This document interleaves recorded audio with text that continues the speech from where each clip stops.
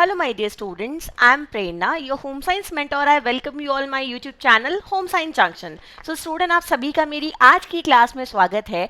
ये क्लास होने वाली है यूजीसी नेट एग्जाम के लिए, जहाँ पे हम जून एग्जाम को टारगेट कर रहे हैं और काफ़ी अच्छे अच्छे टॉपिक यहाँ पे हम लोग पढ़ने वाले हैं स्टूडेंट। तो आज की क्लास का टॉपिक आप लोगों के लिए रहने वाला है डाइट आफ्टर सर्जरी, कि जब सर्जरी होती है स्टूडेंट तो सर्जरी के बाद कैसी डाइट लेनी चाहिए।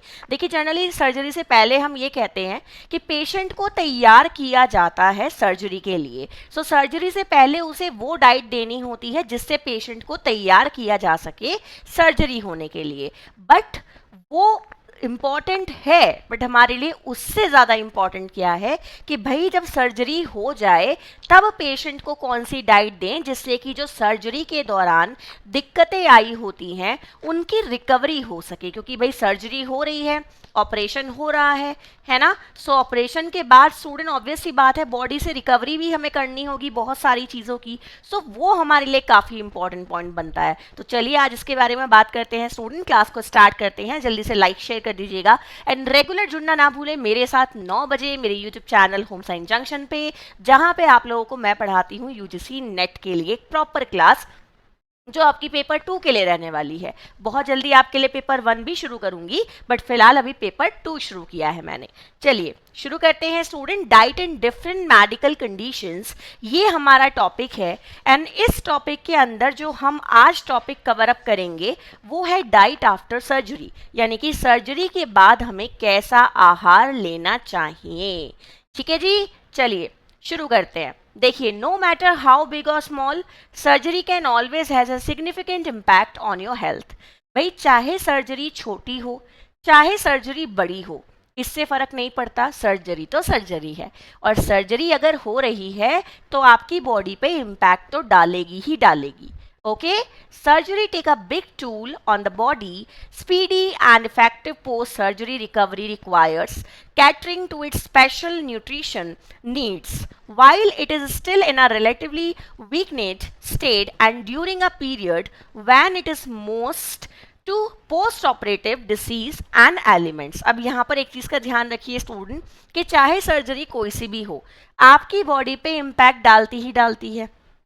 अब आपके सर्जरी जब हो जाती है सो सर्जरी के बाद कुछ चीज़ों को बॉडी में बिल्कुल रेस्ट्रिक्ट कर दिया जाता है कि भाई ये नहीं खाना, वो नहीं खाना, ज़्यादा हैवी नहीं खाना है ना, लिक्विड डाइट पे रहना है, कोई सॉलिड फूड नहीं खाना है। सो आपके बहुत सारे चेंजेस किए जाते हैं स्टूडेंट, और जो सारे चेंज आपकी बॉडी में किए जाते हैं उनकी आपको रिकवरी भी करनी है। क्योंकि शुरू में आफ्टर सर्जरी आप जस्ट बहुत ज़्यादा हैवी नहीं दे सकते, बहुत ज़्यादा क्वांटिटी में फूड नहीं दे सकते। सो आपको उसे धीरे धीरे बैलेंस करना पड़ता है, धीरे धीरे पेशेंट को स्विच करना पड़ता है कि पहले आप उसे बिल्कुल लिक्विड, देन उसके बाद थोड़ा और लिक्विड, फिर उसके बाद आपका थोड़ा सा उसको सॉलिड फॉर्म में लेकर आओगे, सॉफ्ट में लेकर आओगे, ऐसे आप उसको करते हो, है ना। आफ्टर जस्ट आपके सर्जरी के बाद आपको उसे पता है कि आप लोग कई बार इंट्रावेनस देते हैं, कई बार आप ट्यूब फीडिंग के थ्रू देते हैं। सो डिफरेंट डिफरेंट मेथड आपको यूज़ करने होते हैं और ये सारे मेथड आप यूज़ करते हो अकॉर्डिंग टू पेशेंट नीड। भाई पेशेंट की जैसी ज़रूरत है उस हिसाब से आपको क्या करना होता है, न्यूट्रिशन प्लान करना होता है।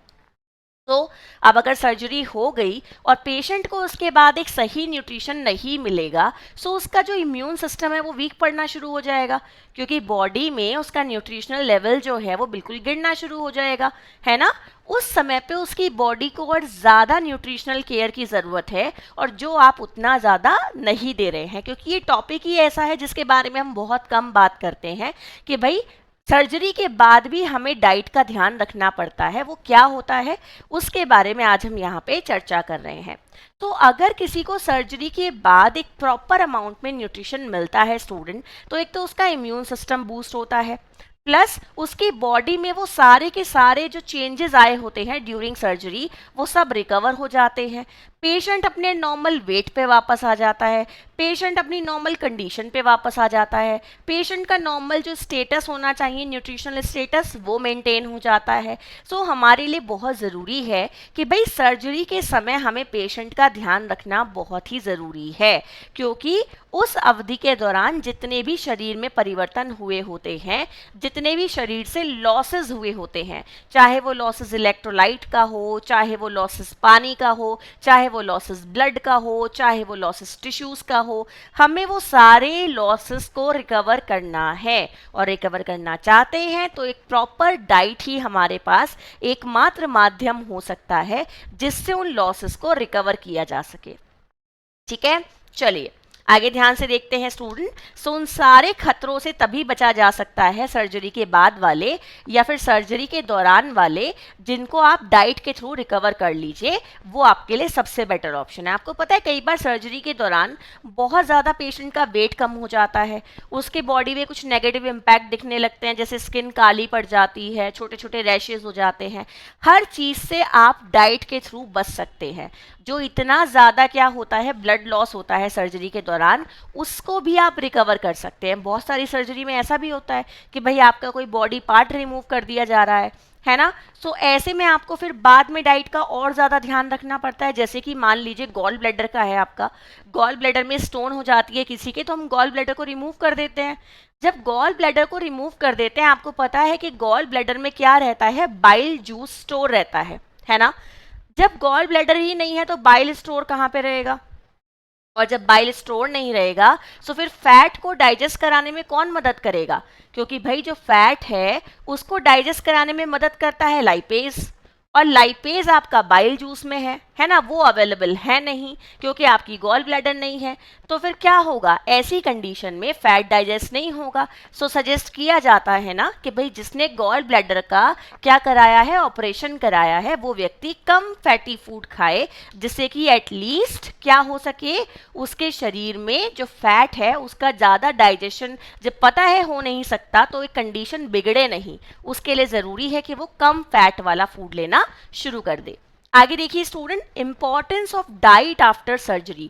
भाई आखिर हमारे आहार में क्या महत्व है भोजन का आफ्टर सर्जरी, क्यों हम इस टॉपिक पे इतना फोकस कर रहे हैं, क्यों इसे यूजीसी नेट के सिलेबस में इंक्लूड किया गया है, इसके बारे में बात करते हैं। ध्यान से देखिएगा। Surgery causes considerable increase in the nutrition requirement of an individual as a result of loss of blood constantly, the circulating blood volume and the concentration of serum protein, hemoglobin and electrolyte are reduced। आपको पता है जब किसी की surgery होती है तो भाई एक व्यक्ति की ना न्यूट्रिशन रिक्वायरमेंट खुद ब खुद इंक्रीज हो जाती है। ये ध्यान रखिएगा, किसी की भी सर्जरी होगी तो हर इंडिविजुअल की न्यूट्रिशनल रिक्वायरमेंट क्या होती है स्टूडेंट, इंक्रीज हो जाती है। क्यों हो जाती है, क्योंकि ब्लड लॉस होता है। आपकी जो सर्कुलेटिंग ब्लड वॉल्यूम है, जो आपके शरीर में फ्लो होने वाला ब्लड है, वो कम हो जाता है। ब्लड में जो कंसंट्रेशन है न्यूट्रिएंट्स का, अब वो चाहे प्रोटीन हो, हीमोग्लोबिन हो, इलेक्ट्रोलाइट हो, आपके शरीर में ये सब कम पड़ जाते हैं, लेग डाउन हो जाते हैं, है ना, रिड्यूस हो जाते हैं। ठीक है, इसकी वजह से क्या होता है स्टूडेंट, आपकी डिमांड बढ़ती है कि आपको सर्जरी के बाद एक प्रॉपर डाइट मिलनी चाहिए, कि भाई जो जो आपकी बॉडी में चेंजेस आए हैं, चाहे वो ब्लड कम होना शुरू हुआ हो, चाहे वाटर कंटेंट कम हुआ हो, चाहे इलेक्ट्रोलाइट इम्बैलेंस हुआ हो, चाहे हीमोग्लोबिन कम हुआ हो, हर चीज़ की रिकवरी करना हमारे लिए काफ़ी ज़रूरी होता है। ठीक है, सो ये ध्यान रखिए कि भाई सर्जरी के बाद किसी व्यक्ति में काफ़ी कमी देखी जाती है न्यूट्रिएंट्स की, किसी में थोड़ी कम कमी देखी जाती है, बट कमी तो सभी के सभी लोगों में देखने के लिए मिलती है, और उसको सही करने के लिए, उस सारी रिकवरी को वापस करने के लिए हमें एक अच्छी डाइट की ज़रूरत होती है। हमें किसकी ज़रूरत होती है, एक अच्छे पोषण की ज़रूरत होती है। चलिए आगे देखिए स्टूडेंट्स, नेक्स्ट क्या आता है, further the food intake usually is inadequate and restricted for a few days prior to the operation. अब यहाँ पे क्या है स्टूडेंट, इसके अलावा ऑपरेशन से पहले कुछ दिनों के लिए भोजन का सेवन आमतौर पर अपर्याप्त और प्रतिबंधित होता है। भाई क्या होता है स्टूडेंट, बहुत सारे आपने देखे भी होंगे कि कई बार डॉक्टर क्या कह देता है कि भाई अगर सर्जरी करानी है ना तो पहले से ये चीज़ें खाना बंद कर देना और उसके बाद सर्जरी कराने इस डेट पे आ जाना। आपने देखा भी होगा बहुत सारे ऐसे डॉक्टर्स होते हैं जो पहले फूड को रेस्ट्रिक्ट करा देते हैं, उसके कुछ दिनों बाद फिर चेकअप करके फिर आपको बुलाते हैं कि अब आइएगा आप ऑपरेशन कराने के लिए, तब हम आपका ऑपरेशन करेंगे। सो यहाँ पर एक बात का ध्यान रखो कि बहुत सारे फूड पे रेस्ट्रिक्शन लगा दी जाती है, बहुत ज़्यादा डाइट पे रेस्ट्रिक्शन लगा दी जाती है आपके प्री ऑपरेशन वाली स्टेज में, यानी कि हम सर्जरी से पहले भी देखें। सो डॉक्टर कई बार हमारी बहुत सारी चीज़ों को रेस्ट्रिक्ट कर देता है, तब वो हमारी सर्जरी करता है। अब सर्जरी के बाद पेशेंट फिर कुछ दिन परहेज पे रहता है, यानी कि उसे फिर वो न्यूट्रिएंट्स नहीं मिल पाते, तो उसकी बॉडी में एक लंबे समय तक गैप बन जाता है बहुत सारे न्यूट्रिएंट्स का, और बहुत सारे ऐसे भोज्य पदार्थ हैं जो उसे एक लंबे टाइम पीरियड के लिए नहीं मिल पाते, और ऐसी स्थिति में स्टूडेंट उसको प्रॉब्लम होनी शुरू हो जाती है जो कि पोषण से संबंधित होती है। इसलिए हमें एक अच्छा भोजन देना ज़रूरी है after the surgery. The dietary deficiency will cause loss in body weight and delay in healing of wound. आहार की कमी से शरीर के वजन में कमी आती है और घाव भरने में देरी होती है। भाई अगर मान लीजिए एक तो पहले ही आपने पेशेंट का फूड रेस्ट्रिक्ट कर दिया है, मतलब बिफोर सर्जरी, देन उसकी सर्जरी हो गई तो आप सर्जरी के बाद उसकी चीज़ें रेस्ट्रिक्ट करोगे, ऐसी कंडीशन में उसका वेट तो कम होगा ही होगा, प्लस अगर आपने उसे कुछ अच्छे न्यूट्रिएंट नहीं दिए जो कि सर्जरी के बाद ज़रूरी है रिकवरी के लिए, तो फिर स्टूडेंट जो सर्जरी हुई है उसका जो घाव है उसे भी भरने में समय लगेगा, जो घाव है वो भी क्या होगा, देर से भरेगा। इसलिए हम कहते हैं कि सर्जरी के बाद एक अच्छा न्यूट्रिशन रिक्वायर्ड होता है। सो आई होप आपको ये पॉइंट क्लियर हुआ होगा। अब हम बात करते हैं कि न्यूट्रिशनल रिक्वायरमेंट क्या रहती है आफ्टर सर्जरी, कि भाई सर्जरी जब हो जाती है तो सर्जरी के बाद हमें स्टूडेंट आखिर कैसा पोषण चाहिए, किस तरीके का न्यूट्रिशन हमें मिलना चाहिए आफ्टर सर्जरी, इसके बारे में हम लोग बात करेंगे। तो चलिए स्टूडेंट शुरू करते हैं। आगे देखिएगा, the nutritional requirement after surgery and injury are briefly discussed below. आपका अब यहाँ पे हम चर्चा करेंगे किसके बारे में, कि सर्जरी के बाद हमें कैसा न्यूट्रिशन देना चाहिए, क्या वो चीज़ें हैं जो हमारे लिए देनी सही रहेंगी आफ्टर द सर्जरी। ध्यान से देखिए स्टूडेंट्स, हम बात करेंगे सबसे पहले कैलोरीज के बारे में, ठीक है। सो कैलोरीज आप लोग समझते हैं ऊर्जा। Since the patient will be at the rest in bed, their calories requirement will be slightly less than those of sedentary person. भाई देखो, हम sedentary person से कंपेयर कर रहे हैं, हम ना तो मॉडरेट से कर रहे हैं ना हैवी से कर रहे हैं। अगर एक पेशेंट बेड पे है, ऑब्वियस सी बात है सर्जरी हुई है ना, जब सर्जरी हुई है सो पेशेंट जनरली क्या रहेगा, बेड पे रहेगा, है ना। सो जब आपका जो पेशेंट है उसकी सर्जरी के बाद वो बेड पे रहता है, सो ऐसी सिचुएशन में स्टूडेंट आपको उसे जो सेडेंट्री वर्कर के लिए कैलोरी सजेस्ट की जाती है ना, उससे भी कम अमाउंट में से आपको उसे कैलोरी देनी है। ये ध्यान रखिएगा, जो आप उसे कैलोरीज प्रोवाइड करेंगे वो सेडेंट्री वर्कर से भी कम अमाउंट में होनी चाहिए, क्योंकि पेशेंट तो रेस्ट पे है, वो तो बेड पे है ना, वो ना तो चल सकता है ना ज़्यादा घूम सकता है, सो उसकी ऊर्जा तो खर्च ही नहीं हो रही ना। फिर आपको उसे ज़्यादा ऊर्जा देके क्या करना है, उतना देना है जो उसकी रिकवरी के लिए यूज़फुल रहे, बट ऐसा ना हो बिस्तर पे लेटे लेटे उसके वेट को बढ़ा दे, ठीक है। Since a majority of individual would suffer loss of body weight due to surgery, the weight loss has to be made up by the calories intake. अब यहाँ पे क्या लिखा है स्टूडेंट, कि बहुत सारे लोग ऐसे भी देखने के लिए मिलते हैं कि जिनका सर्जरी के बाद वेट लॉस देखने के लिए मिलता है। तो जब वो लोग धीरे धीरे रिकवरी करना शुरू कर देना, तो आप उन्हें उसके बाद उसी के अकॉर्डिंग क्या दे सकते हैं, कैलोरी दे सकते हैं, जिससे कि उनका जो सामान्य वजन है वो वापस आ सके। आपको उन्हें सेडेंट्री से कम देनी है, बट फिर भी अगर धीरे धीरे पेशेंट ने रिकवरी करनी शुरू कर दी है और उसका जो वज़न है वो कम होता जा रहा है, सो ऐसी कंडीशन में आप उसे फिर इस हिसाब से कैलोरी देना शुरू कर दीजिएगा, जिससे कि उसकी नॉर्मल वेट की रिकवरी होना शुरू हो जाए, यानी कि जितना सामान्य वज़न होना चाहिए उतना वज़न पे वो वापस आ जाए। सो हमें इसीलिए ही ये डाइट फॉलो करनी पड़ती है। जो हम सर्जरी के बाद की डाइट पे फोकस कर रहे हैं वो इसीलिए ही कर रहे हैं। ओके, नेक्स्ट देखिए स्टूडेंट, न्यूट्रिएंट आता है प्रोटीन। अब भाई एक बात मैं आपको बता दूं कि प्रोटीन का सबसे बड़ा रोल है आफ्टर द सर्जरी। क्यों है? कहा जाता है कि प्रोटीन के अंदर ये टेंडेंसी होती है कि वो वाउंड हीलिंग का काम करता है, घाव को भरने में मदद करता है। और सर्जरी तो खुद में एक बड़ा घाव है ना, सो उसे भरने में प्रोटीन सबसे ज़्यादा मदद करेगा। ठीक है, since the patient who has undergone surgical treatment will be out of nitrogen balance, the protein intake from the diet should be about twice the daily requirement, about 100 to 120 gram daily. The protein should be of high nutritive value and derived from the milk and meat. ठीक है, क्या लिखा है students कि देखो हमें body में nitrogen balance का भी ध्यान रखना है कि भाई ऐसा ना हो बहुत ज़्यादा प्रोटीन दे दें जिससे नाइट्रोजन इम्बैलेंस होना शुरू हो जाए, यानी कि बहुत ज़्यादा नाइट्रोजन बॉडी में रिलीज होनी शुरू हो जाए। हमें प्रोटीन देना है, बट कितना देना है? जो हम रेगुलर डाइट में देते हैं उससे दुगना प्रोटीन देने की कोशिश करनी है जिससे कि रिकवरी हो सके जल्दी। सो सजेस्ट किया जा सकता है कि आप 100 से 120 ग्राम डेली यानी कि पर डे प्रोटीन दे सकते हो। और जो प्रोटीन आपको देना है वो हाई बायोलॉजिकल वैल्यू वाला प्रोटीन होना चाहिए जो आपकी बॉडी में ज़्यादा एब्जॉर्ब हो सके। आपको पता है ना कि जो वेजिटेरियन सोर्सेज वाले प्रोटीन होते हैं वो कम एब्जॉर्ब होते हैं और उनसे वेस्ट ज़्यादा निकलता है। जो आपके नॉन वेजिटेरियन वाले सोर्स होते हैं आपकी बॉडी में जल्दी एब्जॉर्ब होते हैं एंड वेस्ट कम निकलता है।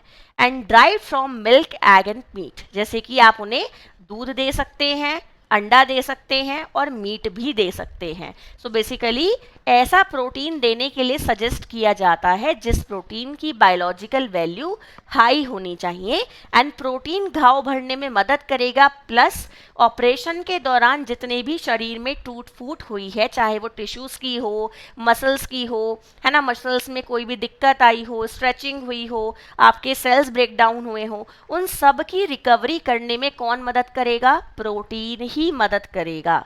ओके, चलिए आगे देखते हैं स्टूडेंट CHO। CHO को क्या कहते हैं? कार्बोहाइड्रेट।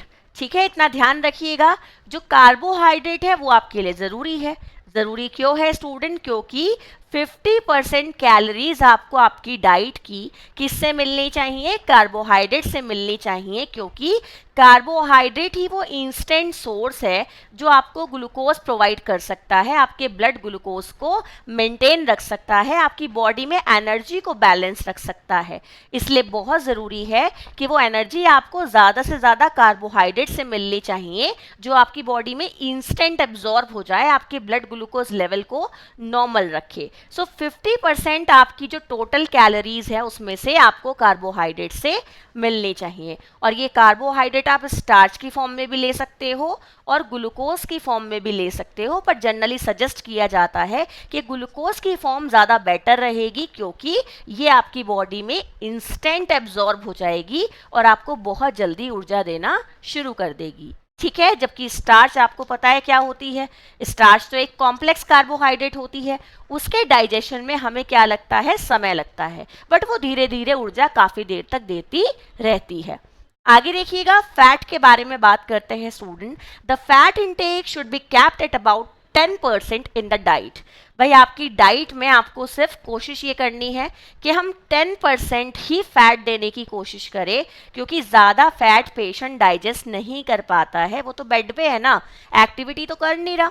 जब एक्टिविटी नहीं कर रहा तो ज़्यादा प्रोटीन क्यों देना है? पता चले वो डाइजेस्ट ही नहीं कर पा रहा है, उसके लीवर पे जोर पड़ना शुरू हो गया है ना। So the fat provides about 20% of the calories requirement. भाई आपकी डाइट की जितनी भी कैलोरीज आपको चाहिए ना, उसका 20% जो कैलोरी है वो फैट से आना चाहिए। इतना ध्यान रखिएगा कि उसकी डाइट की कैलोरीज का 20% फैट से आना चाहिए।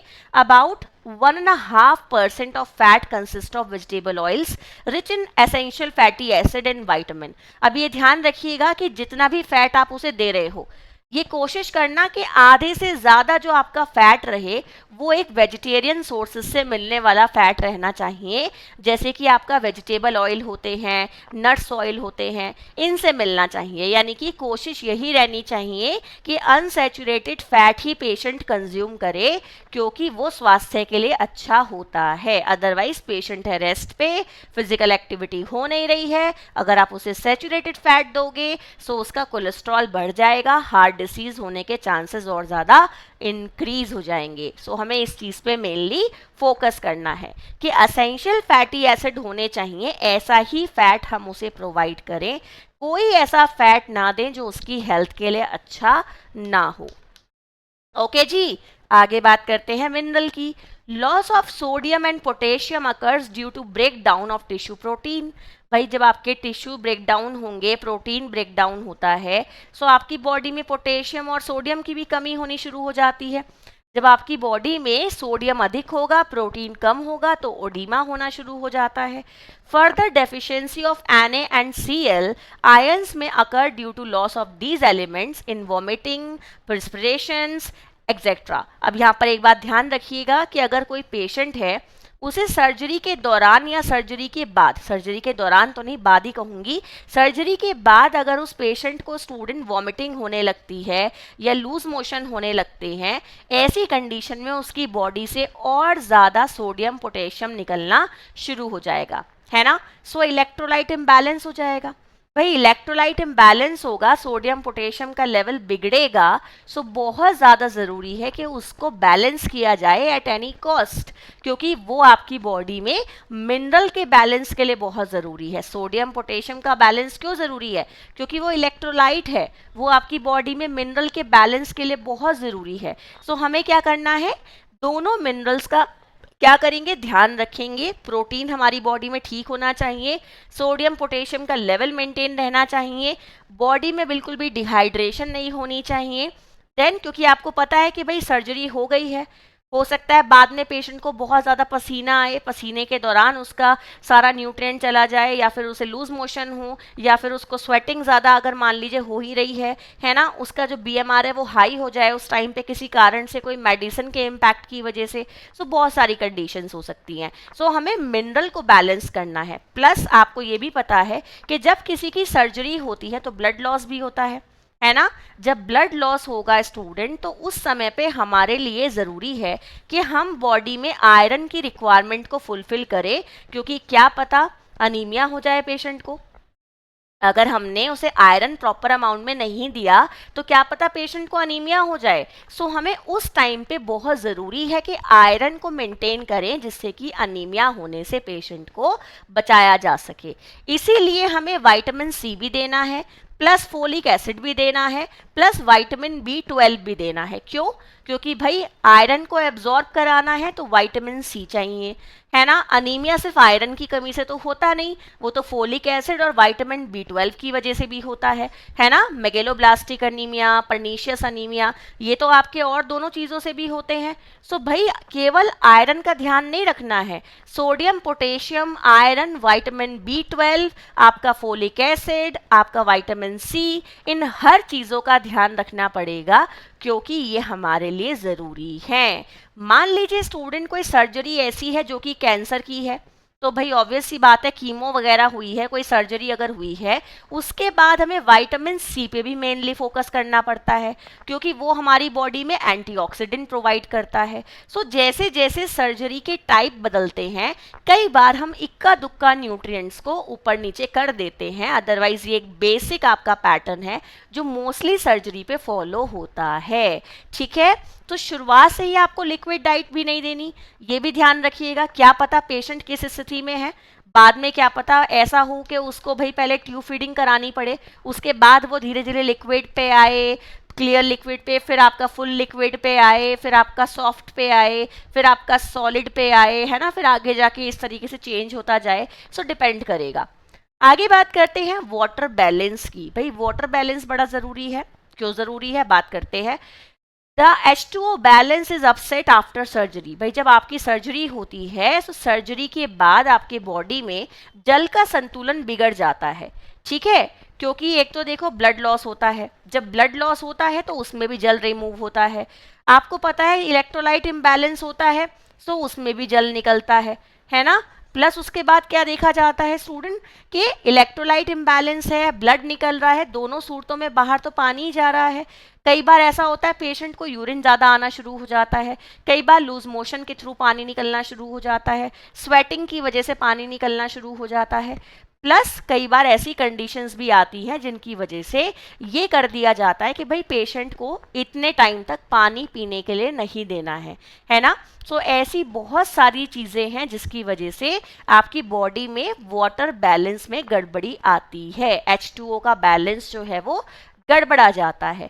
इन सभी चीज़ों को ध्यान में रखते हुए हमें वाटर बैलेंस को मेंटेन करना बहुत ज़रूरी है, क्योंकि ऑपरेशन के जस्ट बाद तो पानी पीने के लिए देंगे नहीं, थोड़े समय के बाद देंगे। सो स्टूडेंट धीरे धीरे उसे इस तरीके से बैलेंस करना है कि जो कमी हुई है ऑपरेशन के दौरान और धीरे धीरे वो बाद में क्या हो सके, पूरी हो सके, यानी कि at any cost body dehydrate नहीं होनी चाहिए, ठीक है। अगर बॉडी डिहाइड्रेट है तब पेशेंट को ज़्यादा समस्याएं होंगी। ओके चलिएगा आगे ध्यान से देखते हैं। Feeding the patient after surgery. भाई फीडिंग के लिए आपको कौन कौन सी बातों का ध्यान रखना है कि जो रोगी को खाना खिलाना है उसके लिए क्या बातें ध्यान रखनी है, उसके बारे में बात करते हैं। So during the first 24 to 48 hours after the surgical operation, fluid or food should not be given orally as it may lead to vomiting and some of the fluid or vomiting may be drawn to the lungs। क्या कहा जाता है student, अभी मैं आपको यही बता रही थी ना कि जब किसी का ऑपरेशन होता है, कोई सर्जरी होती है, तो उसके लगभग 24 से 48 घंटे के बाद तक पेशेंट को हम मुंह के द्वारा कोई भी खाने पीने की चीज़ नहीं देते, यानी कि ओरली हम अवॉइड करते हैं कोई भी खाने या पीने की चीज़ को देना। क्यों? क्योंकि ऐसे में कई बार देखा जाता है कि भाई डायरेक्ट आपके लंग्स में चला गया, पेशेंट को डाइजेस्ट नहीं हुआ। सो ऐसी कंडीशन में जब किसी का ऑपरेशन हुआ होता है सो 24 से 48 घंटे के अंदर उसे कुछ भी मुंह के द्वारा नहीं देना चाहिए। आप उसको ट्यूब फीडिंग करा सकते हो। अगर बहुत बुरी हालत है स्टूडेंट तो शायद फिर इंट्रावेनस भी होगी, बट अगर नॉर्मल भी है कंडीशन एंड उसको देना नहीं है जस्ट बाट, तो ट्यूब फीडिंग से दिया जा सकता है। उसके बाद आप उसे धीरे धीरे रिकवरी पे ले आओ, बट शुरुआती इस बात का ध्यान रखिएगा कि ये तो आपको फॉलो करना ही होता है। ओके स्टूडेंट्स आगे ध्यान से देखते हैं। अगर हम बात करते हैं during the period the fluid and electrolyte balance are maintain by administrating them parentally. अब इसका मतलब क्या है स्टूडेंट कि भाई जब किसी का क्या हो जाता है, ऑपरेशन हो जाता है और ऑपरेशन के दौरान या उसके जस्ट बाद पेशेंट की बॉडी में फ्लूइड बहुत ज़्यादा कम हो जाता है या इलेक्ट्रोलाइट बहुत ज़्यादा इम्बैलेंस हो जाता है, सो ऐसी स्थिति में क्या करना चाहिए स्टूडेंट? ऐसी स्थिति में आपको पेशेंट को जो भोजन के रूप में, यानी कि अगर हमें बात करनी है लिक्विड प्रोवाइड करना है, हमें वाटर प्रोवाइड करना है, इलेक्ट्रोलाइट को बैलेंस करना है, तो हमें क्या करना चाहिए? नसों के माध्यम से उसे लिक्विड या इलेक्ट्रोलाइट प्रोवाइड कराने चाहिए, जिससे कि बॉडी में वाटर बैलेंस को मेंटेन रखा जा सके, क्योंकि उस समय पे बहुत ज़्यादा ज़रूरी है कि पानी की कमी शरीर के अंदर नहीं होनी चाहिए, ठीक है ना। सो आप नसों के माध्यम से क्या कर सकते हैं? इलेक्ट्रोलाइट की पूर्ति कर सकते हैं। आगे ध्यान से देखिए students, glucose and amino acid with and sometime fat emulsion will have to be administered intravenously. इसका मतलब क्या है स्टूडेंट कि कई बार ऐसा देखने के लिए मिलता है कि भाई पेशेंट की शरीर में बहुत ज़्यादा टिश्यू ब्रेकडाउन हो गए, बहुत ज़्यादा सेल ब्रेकडाउन हो गई, बहुत ज़्यादा घाव हो रखे हैं। सो ऐसी कंडीशन में हम उसे लंबे समय तक सर्जरी के बाद ओरली फूड नहीं दे पाते, तो भाई ऐसे में न्यूट्रिशन की पूर्ति कैसे करें? हम तो उसे लंबे समय तक फूड नहीं दे पा रहे हैं, है ना। सो ऐसी कंडीशन में उसको चाहे अमीनो एसिड हो, चाहे फैट का इमल्शन हो, यानी कि एक सॉल्यूशन हो पतला सा, है ना, चाहे स्टूडेंट आपका ग्लूकोज हो, ये सब हमें उसे इंट्रावेनसली देने पड़ते हैं, यानी कि किसके माध्यम से देने पड़ते हैं? नसों के माध्यम से देने पड़ते हैं, क्योंकि ओरली पेशेंट एबल नहीं है उसे गेन करने के लिए, है ना। सो ये सारे न्यूट्रिएंट हम उसे कैसे दे सकते हैं? इंट्रावेनस इंट्रावेनस फॉर्म में दे सकते हैं। जब प्रोटीन को इंट्रावेनस फॉर्म में दिया जाता है तो हमेशा कैसे दिया जाता है स्टूडेंट? अमीनो एसिड की फॉर्म में। Okay, if oral feeding cannot be done after 48 hours or 72 hours, tube feeding should be instituted. अब यहाँ पे क्या चीज आती है स्टूडेंट कि भाई पेशेंट की हालत खराब है, ठीक है, बट उतनी ज्यादा खराब नहीं है कि आप उसे नसों के माध्यम से भोजन दो, बट इतनी खराब है कि ओरली नहीं दे सकते लगभग 72 घंटे तक। फिर ऐसे में आपको क्या करना होगा?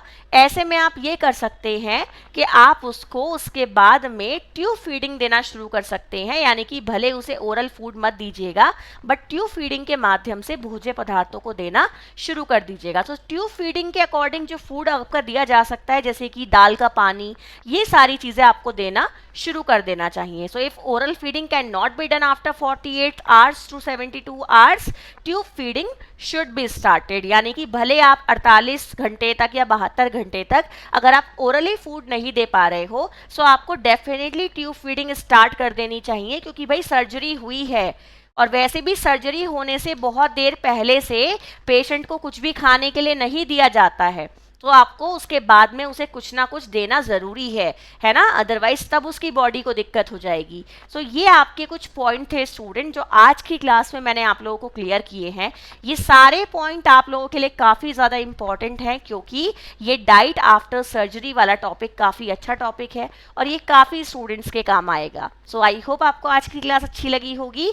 इस क्लास में मैंने आप लोगों को क्लियर कराने की कोशिश की है डाइट आफ्टर सर्जरी। कल आप लोगों के लिए फिर एक नया टॉपिक लेकर आऊंगी। कल है संडे, तो कल होगी सीडीपी की मैराथन, यानी कि कल हम लोग पढ़ेंगे चाइल्ड डेवलपमेंट मैराथन। तो चलिए स्टूडेंट, कल सभी लोग फिर से मिलेंगे। एंड आज आपकी एक और क्लास अभी होने वाली है 10 बजे, जहां पे आप लोग पढ़ने वाले हैं एमसीक्यूज जो कि योजनाओं से संबंधित है।